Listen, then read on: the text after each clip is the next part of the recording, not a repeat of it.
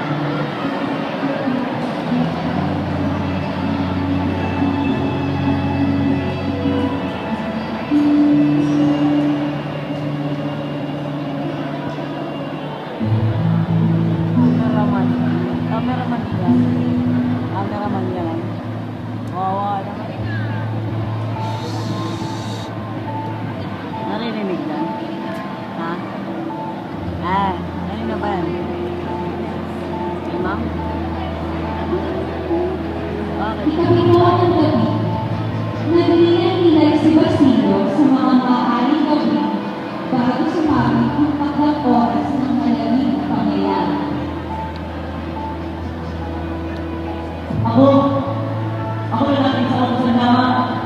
Mahigit sila. At katatakot na lahat. Sa katawan ng pari. Ngunit dahil sa isang gawan, ito'y maaaring mangyari. Dahil sa isang gawan sa disiplin, natapusan ng mga kasalanan.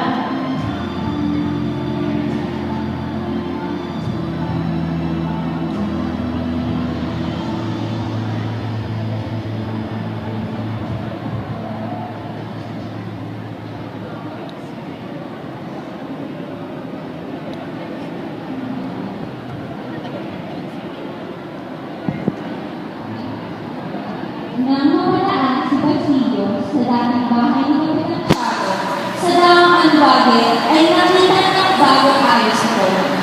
Nabanggit sa kanya ni Simon ang may gaganaping pagpiliwan. Nakita niya ang bagong kasal na sina Juanito Pelaez at Paulita Gomez. Ang mga buwag sa iyo para ang panasawa.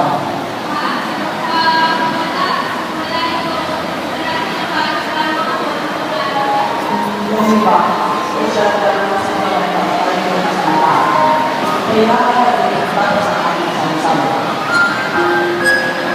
Kung ang mga sigani, kung sino ako nagmatapat, siya pangiliwan, Para sa ngayon, kung sino na ako sa aking wala. At, Timuno. ang sambulan ni Sagana ay kapag sa mga gawang bilos. Kung ako sana yung nakulan, marahil na hindi ka makapagagawa ngayon. Makalipas lamang ang ilang sandali ay nakita ni Basilio si Simon. Dala nito ang kahon ng ilawan. Dito ka lang. Bakit ka luwagin mo ng derecha? Pagkatas ng kalderon, dito ka lang. Dito ka lang, bingi. Dito ako sa... Sa loob naman ng dating Ganda isa. bahay ng Chicago, ay makikita ang napakaraming tao at maliliit ang masasayang hapon.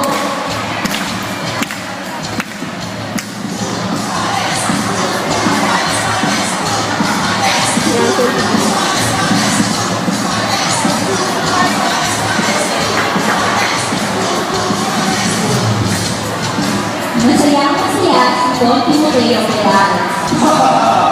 Suwagin na ang aming kalanguban ng mga Gomez at siya ay kasalina kay Juanito di magtatagal at papamasakin din ang kayamanan ng Gomez sa isang napakaling mga kalban ng Diyo sa isang napakaling mo.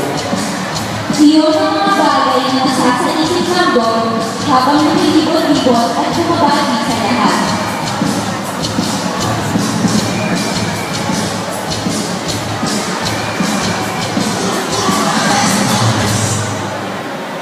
Dumating ang bagong kasal kasama si Doña Victorina at ang mga abay.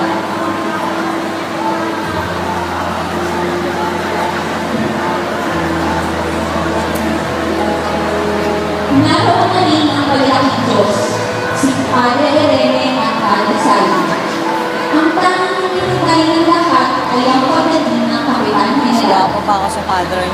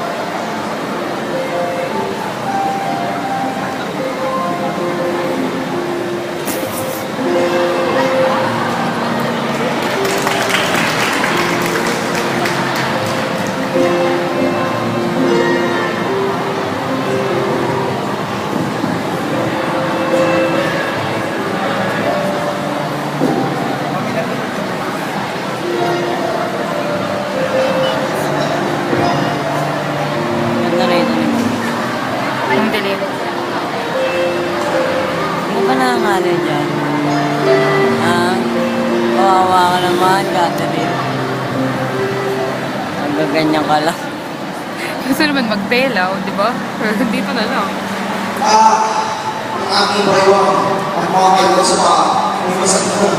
Ngunit ang aking lay ay gawin ko rin ay kailangan iis upang makabati mo na sa kantang ng liwan.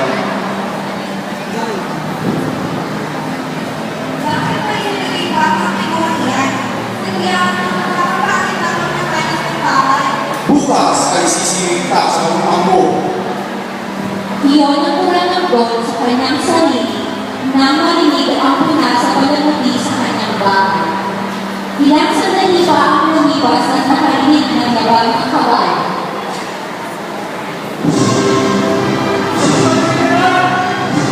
Noon, di nagsabay na sumalubong ang Don at si Juanito sa general at sa kanyang asawa. Bayan sa mga pagkakalagay. Kapitan nila, ilulugod ko po ang iyong pagkakit. Wala ka naman, Don Jose. Halika po ang ilang pumasok na tayo sa loob. Kapitan Manila. Okay naman.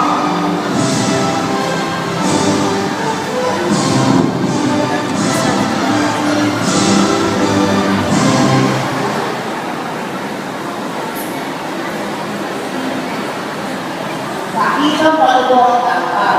Marami ang tumibig sa kanya. Habang ang karamihan ay nagkakasiyahan sa loob at nabubukay sa dumating na general, sa labas naman ay nakawag si Basilio, nakahalubilo ang mga tao sa harap ng bahay at nagsisipag doon. Nakita ni Basilio ang bagong kasal at ang ilang mga bata at ang malay. sumati sa kanya ang awit.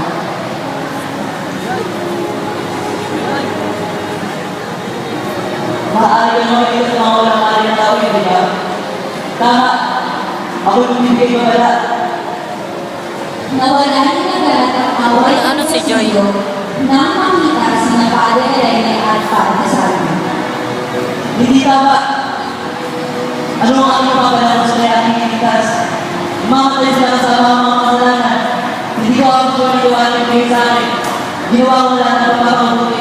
Ngunit ang ginawa niya sa akin. Panahon na ako pawasan ng pagkikis. Muli nakita ni Basilio Cristiano na dala ang ano. Muli nabalik sa kanya ang kaba na may ganulang sa nangyayari pang sabi. Pilit niyang pinahihinaw ang kanyang sarili. Umuwi ko lamang. Ay nagalang ako ng takot. Ano pa kung makita ko na dumatang ang mga dulo at ang pipila ng mga bala? Nanalig kay Basilio ang mabuting kalooban at pagpumilit pumasok sa loob ng bahay upang makapagbigay kabala. Ngunit tinaranan siya ng mga tanong dahil walang ayos ang kanyang suot. Ako rin yung mga sulit. Itatuwag yung kabala ng mga taong alihan. May balay na ito sa ako. Hindi ka maaaring pumasok. Mabuti pang umalis ka ng ID kung ayaw mo imatawag namin ang mga kawalan ng bintang. Kailangan nila ako masulit upang may kabala ng mga taong alihan. Kung hindi ay maraming buhay ang masayang. Marami na maaari ang mga lakay. Masulit niyo ako. Kailangan ko magbigay kabala. Sikat sa inyo. Sinabi hindi maaari. Mabuti pang umalis ka ng ID kung ayaw mo imatawag namin ang mga kawalan ng bintang. Sinabi kailangan na ako masulit. Nagkikilala sa Basilio sa kanyang pilit sa mga tanong nang makita si Simon.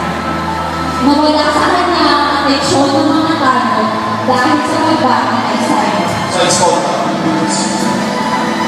Mabilis rin tumayo si Basilio at lumayo sa lugar. Nang hindi na ang kanyang mga tuhod at hindi na kaluwag sa mga nakakasalubong. Sa malayo-layo pa ay nakita niya si Isagan.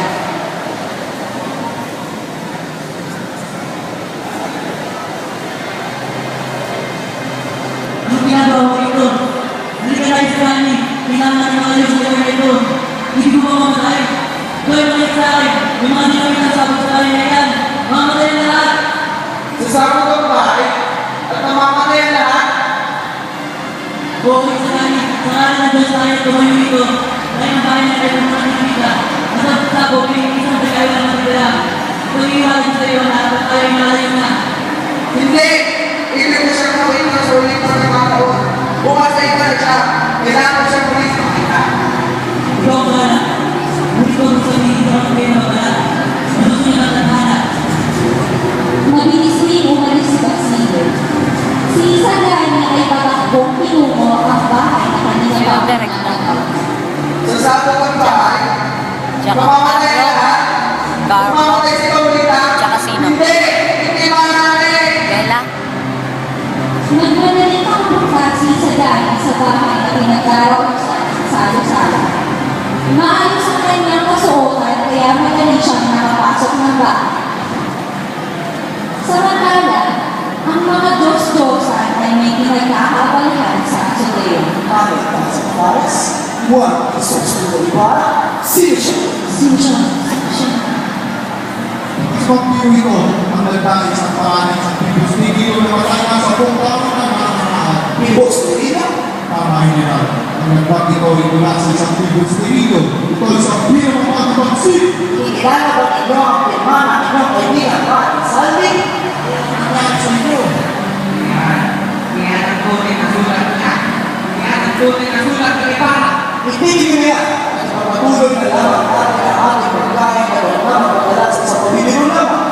Di naman marami ang ibig sabihin ng mga nagdahil sa Paris na ipapatay kayo ng lumin. Ngunit marami tayong pinaso. Samantala, unti-unting lumanglang ang kinabahan. Napansin ito ng general. Mawalaas ko ninyo ang isa, Father